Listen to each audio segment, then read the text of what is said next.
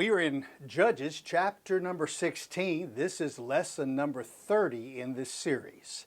And alas, we come to the story of the Philistine woman in the valley of Sorek that we know so well. It is probably the best known story out of the book of Judges about Samson's love. Now, if you remember, we read this verse back in chapter 16, verse 4 last week as we ended in our last lesson. We read it. It said, "After this it came about that he loved a woman in the valley of Sorek whose name was Delilah." Now, our writer tells us that sometime after Samson had killed 1,000 Philistines with the donkey's jawbone, down near Edom and Lehi, Samson made it back up to Timnah, to that Timnah area where his parents lived, into the valley of Sorek, where he fell in love with another Philistine woman. Her name was Delilah. Now, Samson is right back where he found himself in a traumatic situation with his very first wife. Samson is right back in a relationship that breaks the law of the Lord for marital relationships for Israelite men. Now, we do not know why in the world Samson loved Philistine women instead of those women of his own tribe or even of his own nation, but he did. Samson's new love, her name was Delilah. Now, the background of the name is Delilah is very interesting. Delilah means delicate, petite, languishing, amorous. The Hebrew comes from an old Semitic root that means to hand down to language. So looking at those words, we must wonder how they all fit together in a word picture, which is what Hebrew is, of Delilah's name. Here's the clue. Delilah is delicate, she is small, she is petite, which means she was languishing in size. Languishing means to lack something. Delilah lacked the physical size of other women. She was tiny, but her name also tells us that she was amorous. The word simply means that she was loving and she was sexually attractive to Samson. Now, was that her Philistine name? No, we don't know. We do not know. It was more than likely a Hebrew name that was given to her by the Israelites to this woman for the story. So being attached to Samson, Delilah was surely a target of the Philistine leaders who wanted Samson dead. They wanted to know the source of Samson's strength.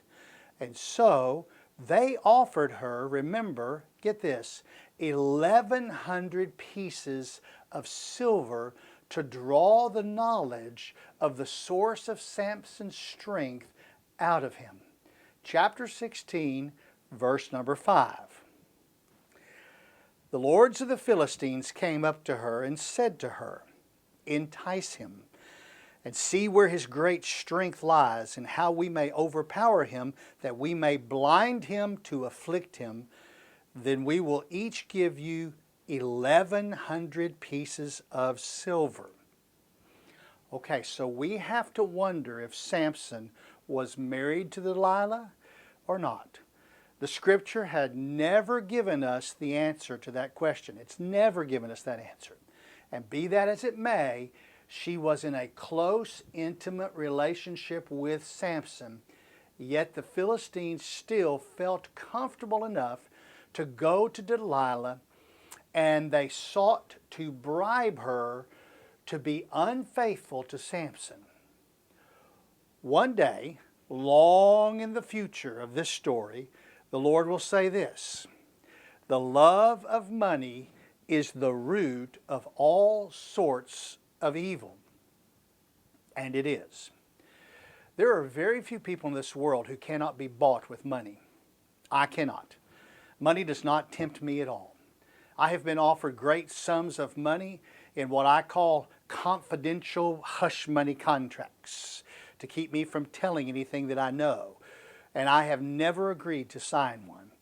I have been offered handfuls of fresh gold out of the ground, already melted down, pure gold, and it just turns me off. I have never agreed to accept any of it.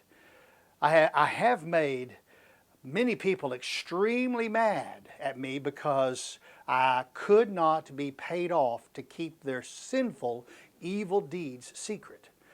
Now, of course, the result is always the same.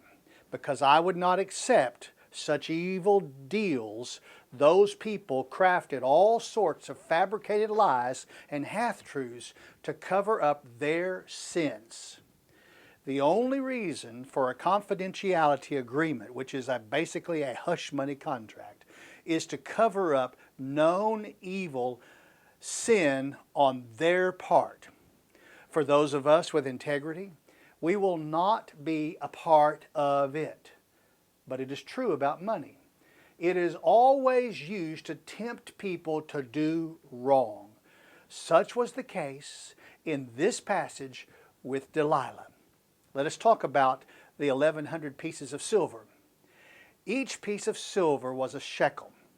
Each weighed about 224 grains, which translates into about 5.12 ounces, or a half an ounce, I should say. Just a little more than a half of ounce per shekel. With 1,100 coins being offered to Delilah, it was equal to 563.2 ounces, or 35 pounds of silver.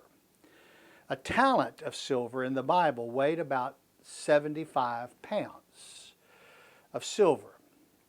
That means that Delilah was offered about half of a talent of silver to betray Samson.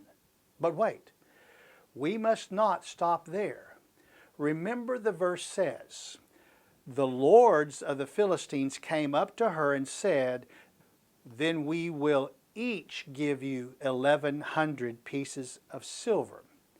We do not know how many lords were in her presence.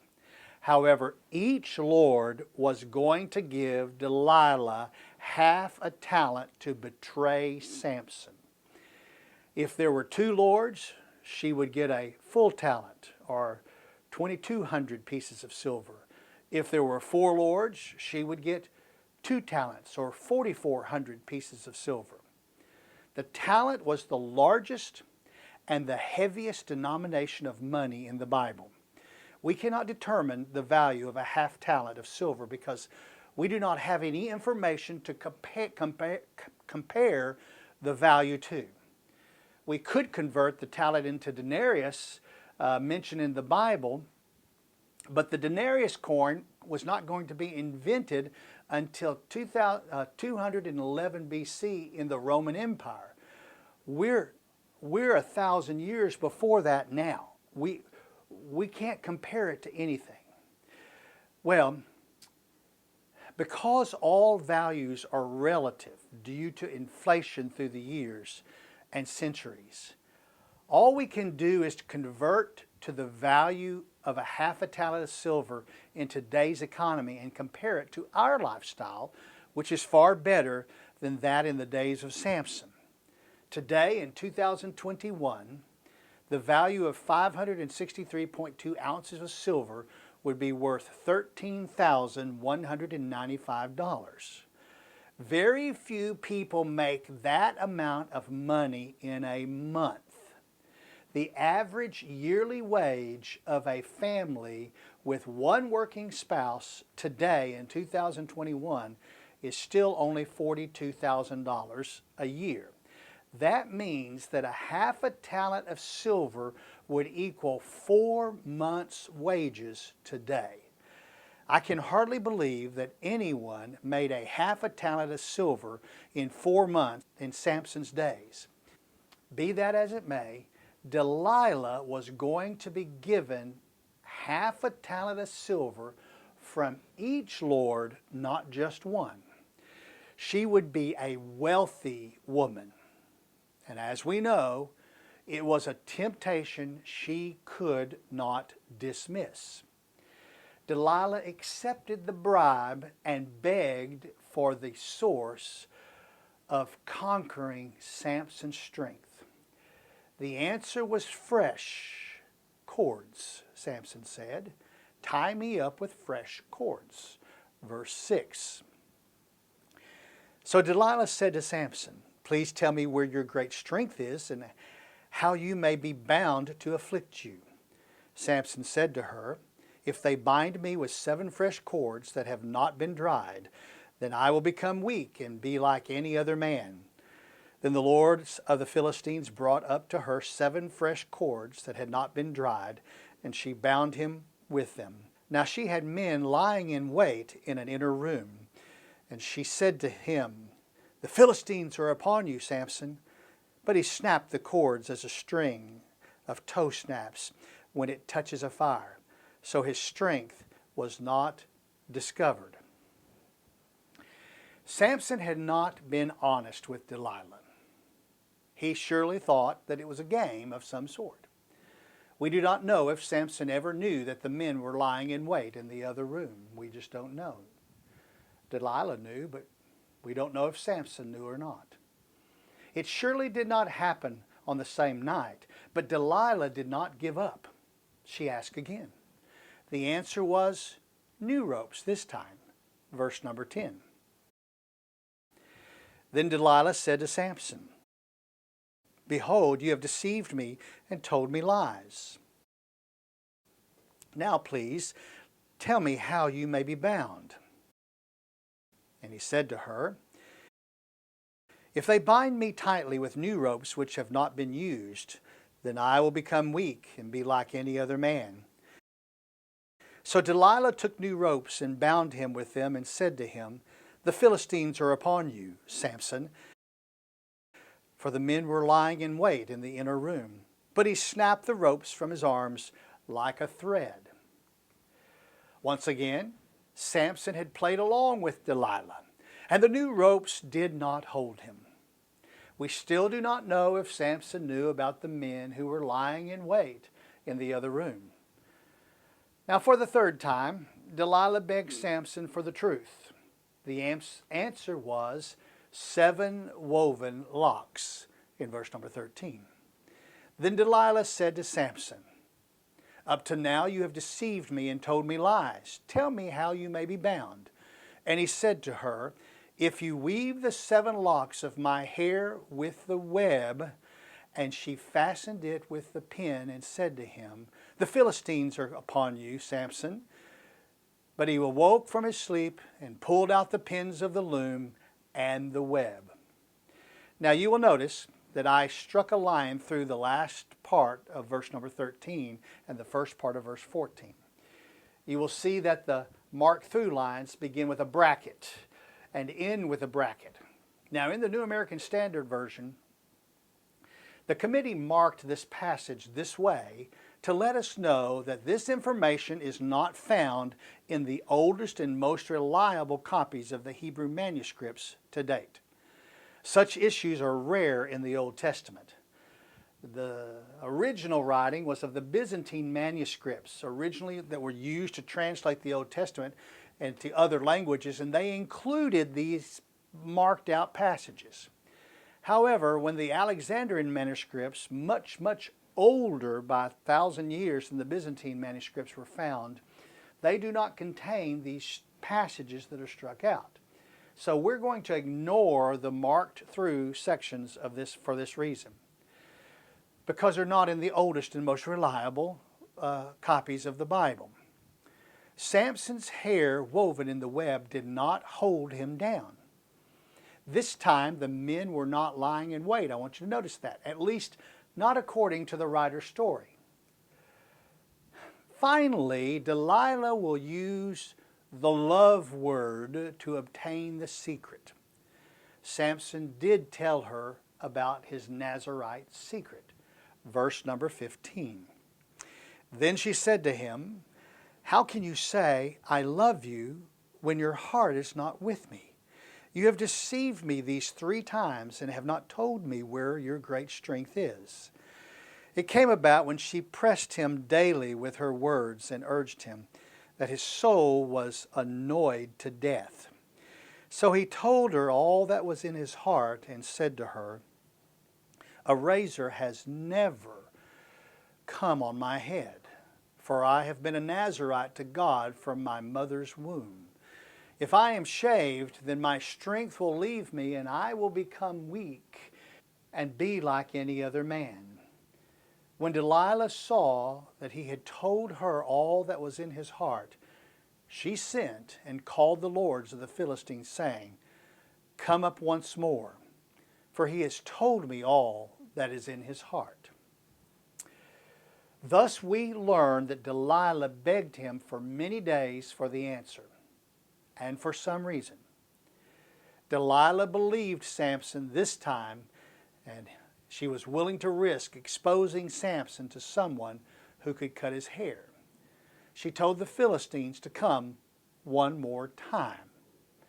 So in secret, Samson's hair was cut.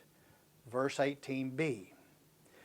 Then the lords of the Philistines came up to her and brought the money in their hands. She made him sleep on her knees and called for a man and had him shave off the 7 locks of his hair. This time the lords brought their money to pay her off. They also brought a barber of some sort to quickly cut Samson's hair as his head lay in Delilah's lap. Now they did not shave him bald, they just cut the 7 locks. And as the 3 times before, once his hair was cut, Delilah taunted Samson, verse 19b. Then she began to afflict him, and his strength left him. She said, the Philistines are upon you, Samson. And he awoke from his sleep and said, I will go out as other times and shake myself free. But he did not know that the Lord had departed from him. We must wonder why Samson would say, I will go out as at other times and shake myself free. What would he be shaking himself free from? He was not bound by the cords or the rope. His hair was not woven into a web. The answer we do not know. But what we do know is that time and time again, Samson had shaken off the attempts of the Philistines through Delilah. He thought he could do it too. Now we must also understand that Samson's strength was not in his hair. It was in the Lord who was near to him. Samson did not lose his strength because his hair was gone. Samson lost his strength because he broke the one major requirement and the sign of the Nazarite vow that the Lord had put upon him from his conception. When the visual sign departed, the Lord departed. Weak, we come to the prison chains that the Philistines put on Samson along with his physical mutilation. Verse number 21. Then the Philistines seized him and gouged out his eyes, and they brought him down to Gaza and bound him with bronze chains, and he was a grinder in the prison. However, the hair of his head began to grow again after it was shaved off. Samson was not imprisoned in the valley of Sorek near Timnah, near his wealthy wife. If Delilah was his wife, he wasn't there. She surely was his wife in the Lord's eyes because they had been intimate. The Philistine lords took him down to Gaza, about 20 miles away, and imprisoned him there. They blinded Samson there, and they put him on a grinding wheel like a beast of burden. All the while that he was bound, he was locked up in bronze chains. The one fatal mistake the Philistines made, and they should have known better, was that they did not keep his hair shaved. Think about how fast hair grows. Of course, it greatly depends on the amount of protein in a person's diet, but for the average person in today's world, hair grows about 6 inches a year. It was probably close to that in the time of Samson. Now, we can ask some questions. Did they shave Samson bald? Probably not. If the razor had touched Samson's head while he was asleep, he would have been awakened. If the razor just cut off his 7 locks that had been never cut, it would take many years to grow that back. But if the barber just cut off about 6 inches of each lock, his hair could have returned in about a year. We do not know how long he was in prison, but it was long enough for his hair to grow back to a length that pleased the Lord. So it just so happened that when Samson's hair had regrown, it was time for a Philistine party, verse number 23. Now the lords of the Philistines assembled to offer a great sacrifice to Dagon their god, and to rejoice. For they said, "Our God has given Samson our enemy into our hands." And when the people saw him, they praised their God, for they said, "Our God has given our enemy into our hands, even the destroyer of our country, who has slain many of us." As in all ancient worships, the people were required to make specific offerings to their false gods at specific times of the year. So in the passage, it tells us it was time for a great sacrifice to Dagon. Now the Philistines worshipped primarily 2 gods, Dagon, who was the fish god, and Beelzebub, the lord of the flies, the same name as Satan, by the way. Here, the worship is to Dagon. The god was worshipped in Gaza and also worshipped in Ashdod, according to 1 Samuel verses 5, 2 through 7. The first part of Dagon, the word dag, D-A-G, means fish in Hebrew. You see, Dagon was his Hebrew name. The statue of Dagon had hands, a breast, and a head of a man, and the rest of his body all the way down was of a fish. Hence, hands of Dagon are mentioned in 1 Samuel chapter 5, verse 4, but no feet are mentioned. He was the emblem of fertility and productiveness for the seagoing people, the fish god. You can find the image of this god on ancient Philistine and Phoenician coins in many museums. You can also see it on Assyrian gems in the British Museum. Now, at this great sacrifice of Dagon, the Philistines took it upon themselves to thank Dagon for the capture of Samson. They knew he had killed many Philistines. So we come now to Samson's death. At the great sacrifice to Dagon, the people decided to bring Samson out to show him to the people. The Philistines were amused at the sight of blind Samson. It was Samson's last day, but it was also a disastrous decision on the part of the Philistines. Verse number 25. It so happened that when they were in high spirits that they said, "Call for Samson, that he may amuse us." So they called for Samson from prison, and he entertained them, and they made him stand between the pillars. Then Samson said to the boy who was holding his hand, "Let me feel the pillars on which the house rests, that I may lean against them." Now the house was full of men and women, and all the lords of the Philistines were there. And about 3,000 men and women were on the roof, looking on while Samson was amusing them. Can you imagine the sight of this mighty blind Samson being led by a boy? That alone was enough to amuse the Philistines without any feats of strength.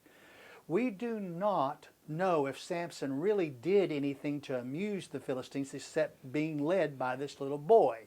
It says he did something, but we don't know, but he's being led by the little boy, and that was enough. but Samson must have known the design of this huge house.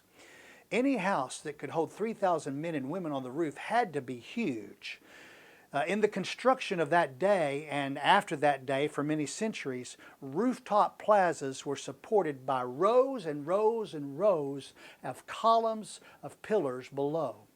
More than likely, the 3,000 people were on the raised level in the Dagon temple area where they could look down onto the courtyard and through the other columns like was used later when King Solomon built his palace.